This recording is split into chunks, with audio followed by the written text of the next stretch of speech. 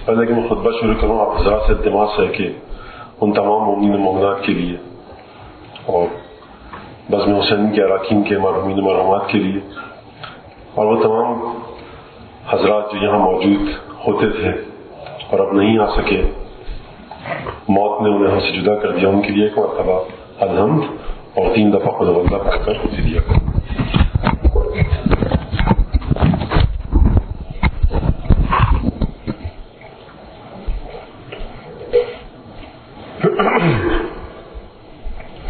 اعوذ باللہ من الشیطان الرجیم، بسم اللہ الرحمن الرحیم، الحمد للہ الذی جعل الحمد مفتاحا لذکرہ وسببا للمزید من فضلہ والدلیلا علی آلائہ وعظمتہ، وهو الذي أظهر من آثار سلطانه وجلال كبريائه ما حير مقل العيون من عجائب قدرته.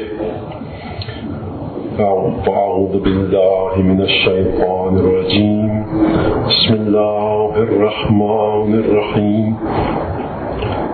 الحمد لله رب العالمين بارئ الخلائق أجمعين، والصلاة والسلام على أشرف الأنبياء والمرسلين حبيبنا وحبيب إله العالمين أبي القاسم المصطفى محمد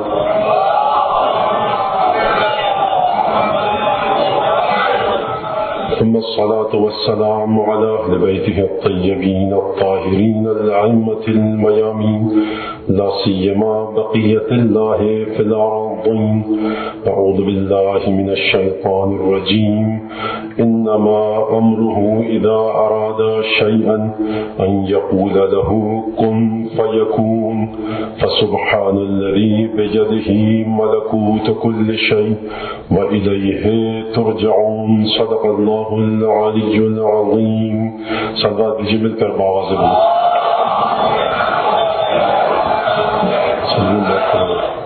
عزیزان گرامی، توحید اور شرک کے حوالے سے ہماری گفتگو کل تک تمہیدی تھی اور ہم نے کسی حد تک اس گفتگو کو آپ کے ذہنوں میں واضح کرنے کی کوشش کی کہ توحید اور شرک کے معنی کیا ہیں، اور خطبے میں جس ٹکڑے کا میں نے انتخاب کیا اور اسے اضافہ کیا آج، تو وہی سورہ حمد کا ٹکڑا تھا کہ جسے کل میں نے آپ کے سامنے پیش کیا، اور کسی حد تک اسی حصے کو، اسی اقتباس کو سورہ حمد کے ہم آگے بڑھائیں گے.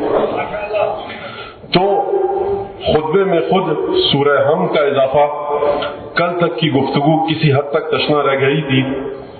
ہماری گفتگو کا اختتام یہاں پر ہوا تھا کہ توحید کے معنی کیا ہیں، اور جب توحید کے معنی کو ہم بیان کریں گے تو یقیناً اس معنی کو بھی بیان کرنا ہوگا کہ شرک کسے کہتے ہیں. یہ کل تک کی گفتگو کا خلاصہ 5-7 منٹ میں پیش کر کے پھر میں آج کی گفتگو کو آگے بڑھاؤں گا.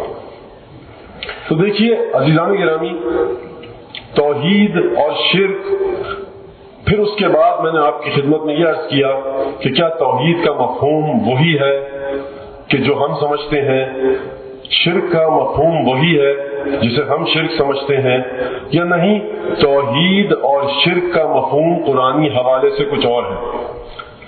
اس کے بعد میں نے آپ کے سامنے سورہ حمد کی پہلی آیت الحمدللہ رب العالمین کے حوالے سے کچھ گفتگو کی، اور پھر ایاک نعبد و ایاک نستعین پر آ کر گفتگو ختم کی. اور پھر میں نے یہ عرض کیا تھا کہ پروردگار نے تمام مسلمانوں کو حکم دیا کہ دن میں کم از کم 5 مرتبہ اہدنا الصراط المستقیم اس آیت کی تکرار کریں سورہ حمد کے قالب میں.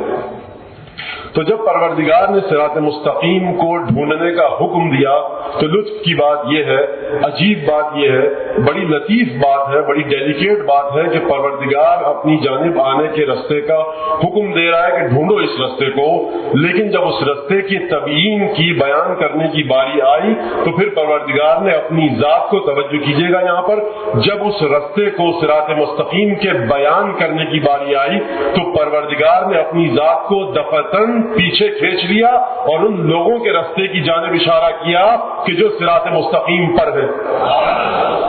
یعنی جب پروردگار، اب یہاں پر ایک اور بات قابل توجہ، قابل غور بات، بہت دقیق بات، بہت باریک بینی پر مبنی بات، کہ جب پروردگار اپنے بندوں سے کسی قسم کا تعلق پیدا کرنا چاہے، بھائی تو جہنم میں بھی بندہ جا رہا ہے نا پروردگار کا، وہ بھی خدا کا ہی بندہ ہے، اور جو جنت میں جا رہا ہے وہ بھی خدا کا بندہ ہے، جو ملائکہ ہیں وہ بھی خدا کے بندے ہیں، جو جن ہیں وہ بھی خدا کے بندے ہیں، جو انس ہیں وہ بھی خدا کے بندے ہیں، یعنی عالم ماسوا میں سب سے بہترین چیز انسان، اور انسان کو پروردگار نے اپنی ذات کی جانب آنے کا حکم دیا صراط مستقیم کے ذریعے، لیکن جب اس صراط مستقیم کی باری آئی، بیان کرنے کی نوبت آئی، تو پروردگار نے اپنی ذات کو پیش نہیں کیا، بلکہ حکم دیا جاؤ دیکھو کن لوگوں پر ہم نے اپنا انعام نازل کیا، کون لوگ ہیں جو گمراہ نہیں ہیں، کون لوگ ہیں جن پر ہم نے اپنا غضب نازل نہیں کیا۔ یہاں تک کی گفتگو آپ کے سامنے میں نے پیش کر دی تھی، اور پھر اس کے بعد اسی طرح سے سلسلہ آگے بڑھا، اور ہم جہاں تک کل ہم نے گفتگو کی تھی، یقیناً وہ پوری گفتگو آج دہرائی نہیں جا سکتی، لیکن یہاں تک میں سمجھتا ہوں کہ اس گفتگو کی تکرار اور دہرانا اس سے ضروری تھا۔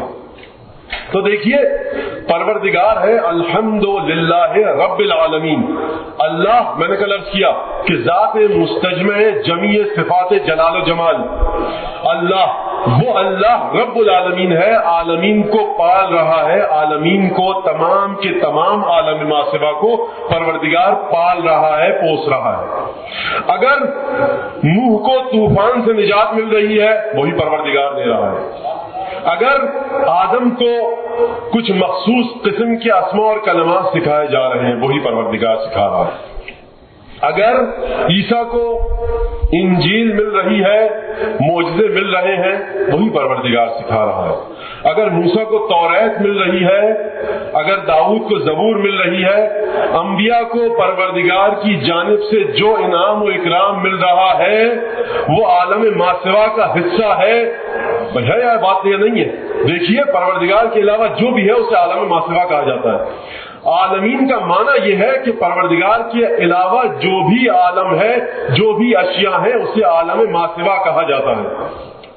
رب العالمین پروردگار آدم سے لے کر عیسیٰ تک اور عیسیٰ سے لے کر قیامت تک، بیچ میں سرکار ختمی مرتبت کی نبوت، تمام کے تمام عالمین، ہر ذرہ، ہر جنبندہ شے، ہر مخلوق پروردگار کے سایہ ربوبیت کے تحت پل رہی ہے۔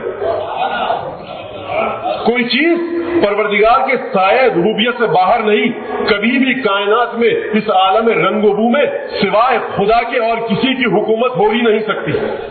اگر نمرود خدائی کا دعویٰ کر رہا ہے لیکن اس کے باوجود وہ پروردگار کی سلطنت سے باہر نہیں، اگر فرعون یہ کہہ رہا ہے کہ انا ربکم الاعلی، میں تمہارا سب سے بلند پروردگار ہوں، اس کے باوجود بھی وہ پروردگار کی سلطنت سے باہر نہیں۔ شیطان جب سجدے کا انکار کر کے پروردگار کی بارگاہ سے نکل رہا ہے، اس کے باوجود بھی وہ پروردگار کے عالم ربوبیت سے باہر نہیں۔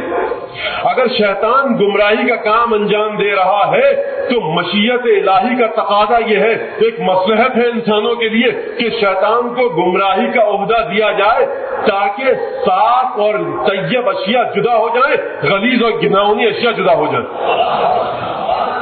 یہ بھی ایک مصلحت ہے۔ تو پروردگار عالم کے دائرہ ربوبیت میں ہر چیز ہے۔ یہاں تک بات یقیناً واضح ہو گئی۔ کیوں؟ دوبارہ آئیے آیت کی طرف، الحمد للہ رب العالمین، الحمد للہ رب العالمین، حمد اس اللہ کی کہ جو تمام عالمین کا پالنے پوسنے والا ہے، جو تمام عالمین کی پرورش کر رہا ہے، جو تمام عالمین کی اپنے علاوہ ہر چیز کو پال پوس کر ایک مقصد تک لے جا رہا ہے۔ یہ سورہ حمد، اور اس کے بعد عجیب انداز سے سورہ انبیاء کے اندر اعلان کیا پروردگار نے کہ دیکھو شرک اور توحید کے چکر میں پھنس جانے والے مسلمانوں، اگر تم قرآن کو غور سے پڑھتے تو تمہاری نظر میں شرک کا مفہوم کچھ اور ہوتا، توحید کا مفہوم کچھ اور ہوتا۔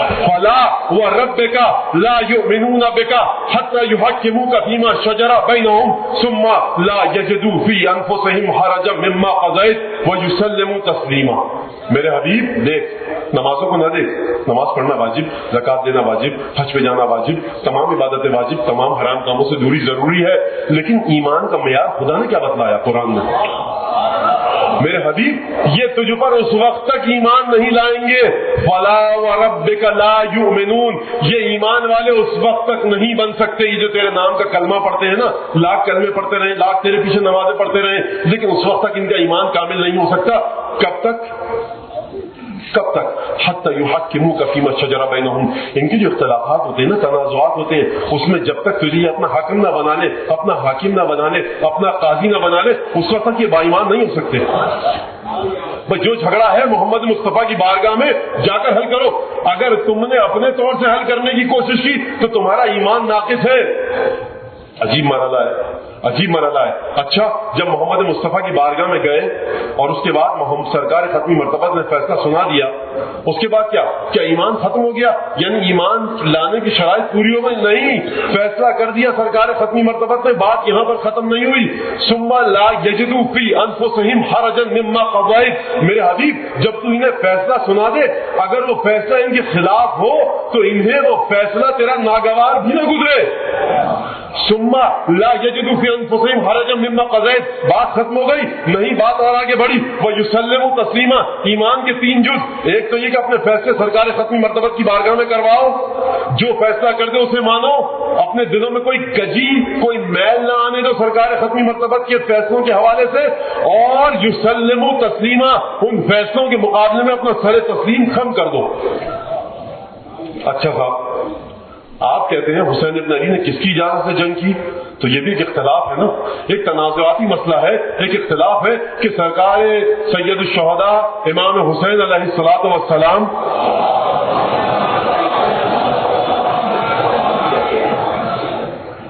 کس کی اجازت سے جنگ کرنے گئے. تو بھائی یہ فیصلہ بھی رسول خدا سے پوچھنا پڑے گا. تو دیکھیے، توجہ کیجیے گا کہ اجازت کی ضرورت اسے ہوتی ہے جو صاحب اجازت نہ ہو. بھائی جب سرکار سید الشہداء کے بارے میں جناب ختمی مرتبہ نے یہ فرما دیا، حسین منی و انا من الحسین، حسین مجھ سے ہے، میں حسین سے ہوں، تو اب پوری امت مسلمہ کا فریضہ ہے کہ اپنی حرکات و سکنات کی اجازت حسین سے لے. حسین کسی سے اجازت نہیں لے گا.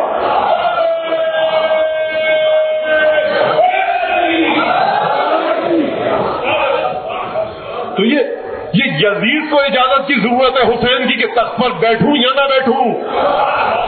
یزید کو ضرورت ہے اپنی عبادتوں کو قبول کروانے کے لیے مولا حسین کی کہ مولا میری یہ عبادت قبول ہے یا نہیں.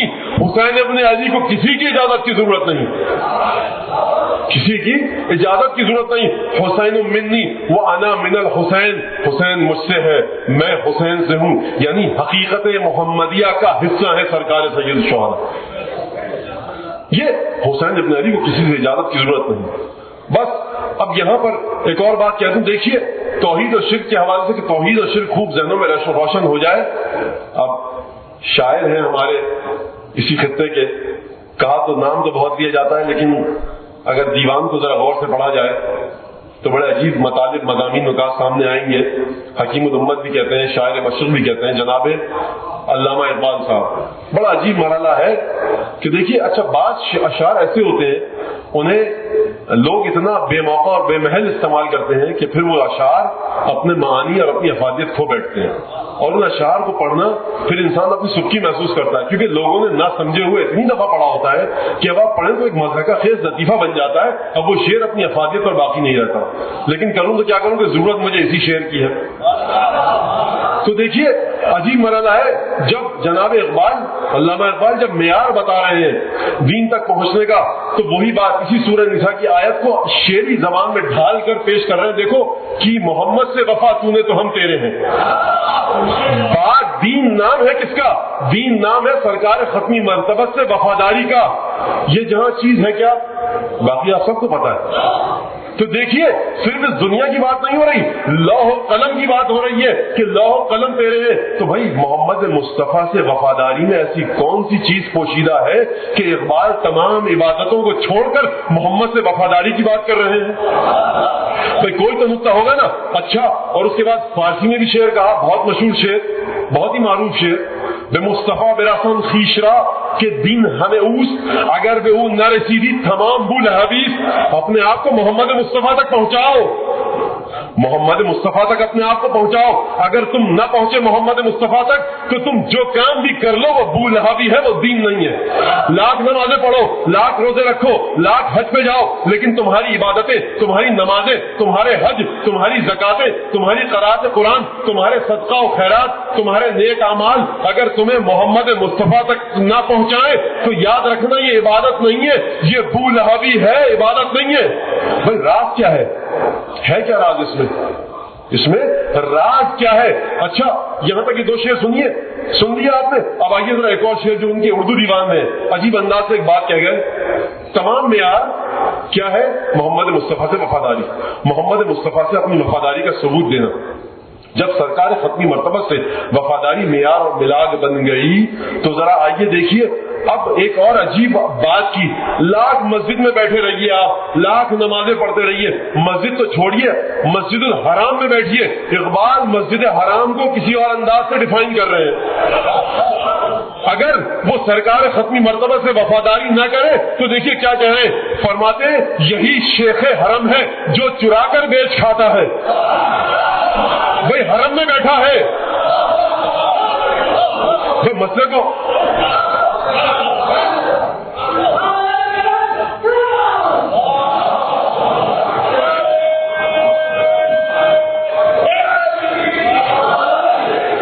اگر وفاداری نہ ہو سرکار ختمی مرتبہ سے تو تم مسجد الحرام میں بیٹھو، کسی حرم میں کسی مقدس مقام پر بیٹھ جاؤ. اقبال کا فیصلہ یہ ہے یہی شیخ حرم ہے جو چرا کر بیچ کھاتا ہے.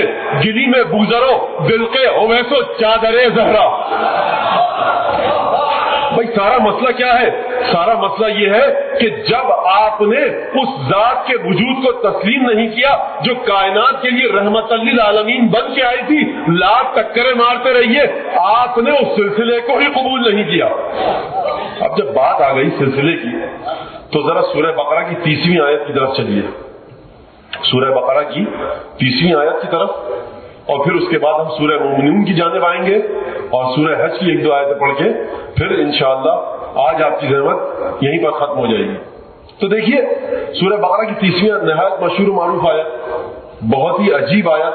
وَإِذْ قَالَ رَبُّكَ لِلْمَلَائِكَةِ إِنِّي جَاعِلٌ فِي الْأَرْضِ خَلِيفَةً قَالُوا أَتَجْعَلُ فِيهَا من يفسد فيها ويسفك الدماء ونحن نسبح بحمدك ونقدس لك قال إني أعلم ما لا تعلمون. آیت آپ سب کے ذہنوں میں ہے. پروردگار یاد کر میرے حبیب اس وقت کو کہ جب تیرے پروردگار نے ایک فیصلہ کیا اور ملائکہ سے کہا. کیا کہا ملائکہ سے؟ کہ میں زمین میں خلیفہ بنانے والا ہوں. ملائکہ نے پلٹ کے کیا کہا؟ أتجعل فيها من يفسد فيها، کیا زمین میں اسے خلیفہ بنائے گا کہ جو فساد پھیلائے گا، خون بہائے گا؟ پروردگار نے کیا جواب دیا؟ انی اعلم ما لا تعلمون. اور اس انی اعلم ما لا تعلمون سے پہلے ملائکہ نے ایک اور بات بھی کہی. پروردگار تو عبادت کے لا تیرے خزانے میں کسی چیز کی کمی نہیں ہے، کوئی قلت نہیں ہے، عبادت چاہیے ہم کر تو رہے. وَنَحْنُ نُسَبِّحُ بِحَمْدِكَ وَنُقَدِّسُ لَكَ. اب دیکھیے وسیلہ یہاں پر بھی آ گیا. وہ ملائکہ جو عالم قدس میں، عالم غیب میں پروردگار کی مسلسل تسبیح اور تقدیس میں مشغول ہے، انہیں بھی ایک وسیلے کی ضرورت ہے. وہ وسیلہ کیا ہے؟ وَنَحْنُ نُسَبِّحُ بِحَمْدِكَ وَنُقَدِّسُ لَكَ. پروردگار ہم تیری تسبیح کر رہے ہیں تیری حمد کے وسیلے سے. اچھا وَنَحْنُ نُسَبِّحُ بِحَمْدِكَ وَنُقَدِّسُ لَكَ قَالَ إِنِّي أَعْلَمُ مَا لَا تَعْلَمُونَ. اب دیکھیے پروردگار نے اس بات کا جواب نہیں دیا. فرشتوں نے اعتراض کیا گویا کہ ایک طرح کا کہ پروردگار ہم تیری تسبیح کر رہے ہیں، تیری حمد کے ذریعے سے تیری تقدیس کر رہے ہیں، تجھے اور کیا چاہیے؟ اگر عبادت کروانی ہے تو ہم موجود ہیں. پروردگار نے اس اعتراض کو درخور اعتنا نہیں سمجھا، اس قابل نہیں سمجھا کہ جواب دے.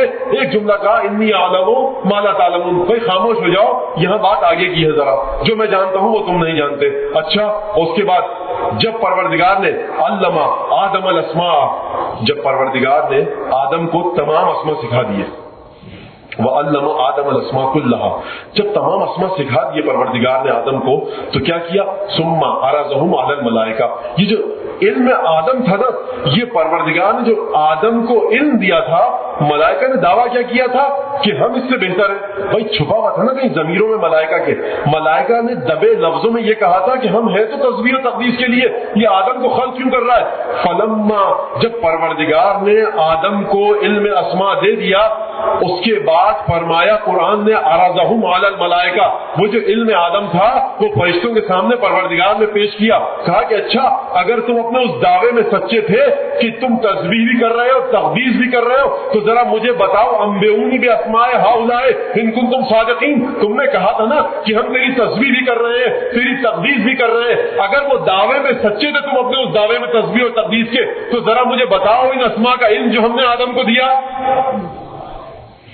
یقیناً گفتگو قرآنی آیات کے حوالے سے ہے, بڑی خشک, پیچیدہ اور دلچسپ گفتگو بھی ہے.